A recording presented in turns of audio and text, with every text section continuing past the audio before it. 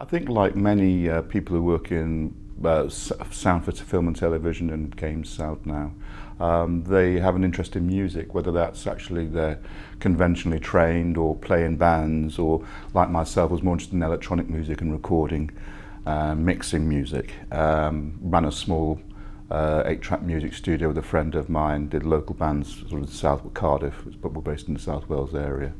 And then sort of accidentally got involved in recording, location recording a low budget film, and really didn't know what I was doing.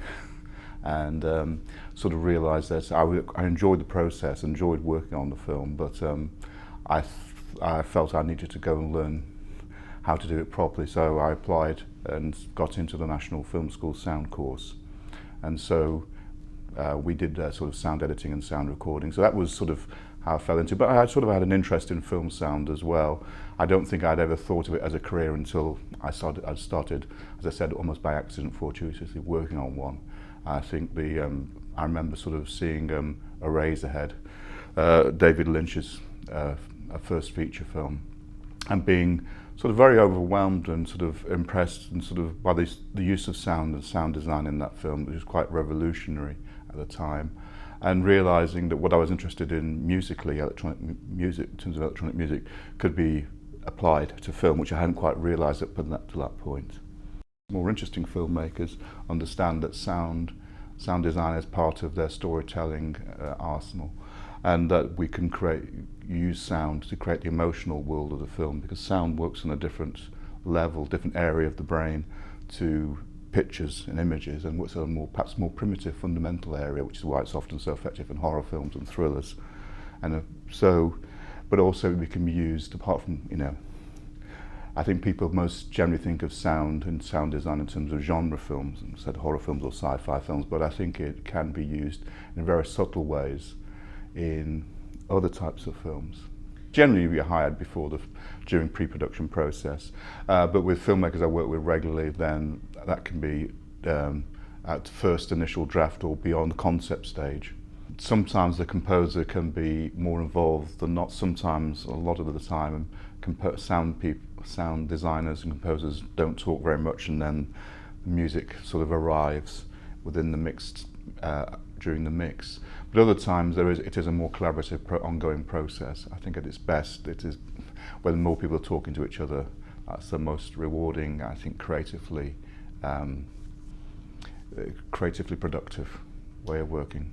Sound design does, plays an important part in establishing the mood and tone, but less is more. I've always started hearing that phrase when I first started working on it, and I'm never quite sure what it means. I suppose that sometimes that things are stripped down and bare, but sometimes that's not the case, and certainly not the case with You Never Really Hear. There are points in the film where we apply silence, virtual silence in room tones. The mother's house is quiet, deliberately so, contrasting immediately with the streets of New York when Joe goes outside, and the traffic is actually mixed unnaturally loud. It is, that was a big debating point. It's actually not just loud city, it's an overwhelmingly loud city. And so I think what I would say is dynamics is what it's about. And I think about film at its best is equivalent to it might sound a little pretentious, a symphony, in terms of you have loud bits and quieter bits, and that the two things reinforce each other. So of course it depends on the nature of the film. A film like Ratcatcher, Lynn's first film, or Hunger, a film I worked with on Steve McQueen, is based around virtual silence, and then the sounds, the activity, the action coming out of the silence, with use of heightened Foley, ADR breaths in case of Hunger.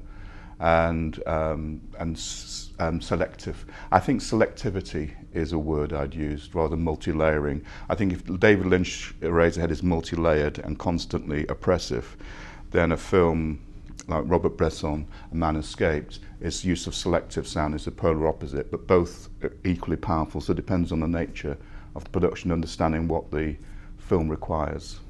So to answer your question, less is not always more. It depends what's required. We were hired for The Imposter, like Bart Layton's first film, because the filmmakers didn't want a traditional documentary sound team. They wanted a sound team, which myself and my colleague Andrew Stirk, who mixed the film and also did the dialogue editing of both films, that we came from a fiction background. And even though The Imposter was ostensibly a documentary, the brief was to make it more like a thriller, a genre film. There was very close collaboration between myself and Johnny Greenwood's music editor, Graham Stewart, actually is also his producer and engineer as well. So Graham, because of Johnny's demands and scheduling, which is more, it wasn't really available. I think they were on tour basically during sound post-production for You Were Never Really Here. So the person I dealt with was Graham, who sort of worked on the music and edited the music. And we sat down together and went through the film and drew up a spotting list, a sheet, a Google Doc. That was a breakdown of the film, of what was happening with dialogue, ADR, Foley, sound design and music, what was happening where. And I was able to play Graham the sound design as it existed at that time. And then we discussed ideas about what cues would fit where, because Johnny doesn't always write to picture. It's sort of like a lot of contemporary composers. They're writing mood pieces based around the mood of the film or perhaps the scene, but not necessarily strictly scoring to all the hit points as a traditional film composer would do. American Animals is a second film I worked on with Bart Layton, the director. The first one was The Imposter. As you say, it's a mixture of American Animals is a mixture of documentary and fiction, but less so than the first, The Imposter, which was really could be classified as was a documentary with reconstruction. I think with American Animals, what happened was the reconstruction merged into sort of fiction drama, and I think it was considered as a fiction film rather than a documentary. But the documentary elements are the interviews with the real people behind the story. I think within that film, it was treated, in American Animals, we treated the sound as a conventional genre film. It was it's a high-part heist movie, buddy, and sort of young men's buddy movie, part of that, and sort of an unfolding disaster, it's an unfolding car crash. I think it's been described as, the film has been, we can see what's going to be happening, because we know I think what's interesting is, you know what's happened in the film right from the beginning. You know they're not going to get away with it because of obviously the interviews with the real characters who've plainly been to prison.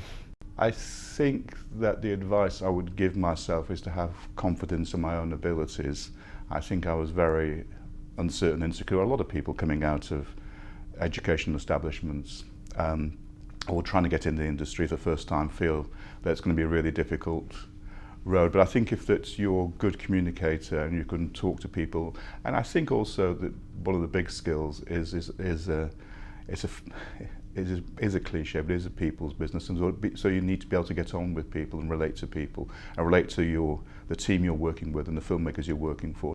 I think you need to understand film and understand story and study film. And I think it's not the plug-in, the technology changes, and certainly it's changed over the period of time I've been involved in film sound. And I think it's really understanding why you're doing what you're doing. And if you're not necessarily the most technically able, because there's lots of people who can impress you with their technical knowledge, but they have no understanding or empathy with the emotional journey of the story. As far as sort of reading material or courses or now online material for learning about film sound design, there's quite a lot available, certainly a lot available online now.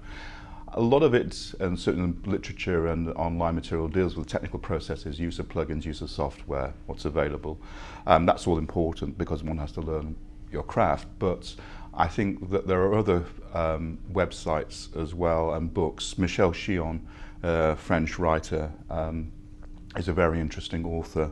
His books are well worth seeking out and talks at a deeper level about sound concepts. It can be a little bit daunting because it's written from a French intellectual's point of view, so it can be the concepts can be sort of a bit complicated at times, but it's well worth reading.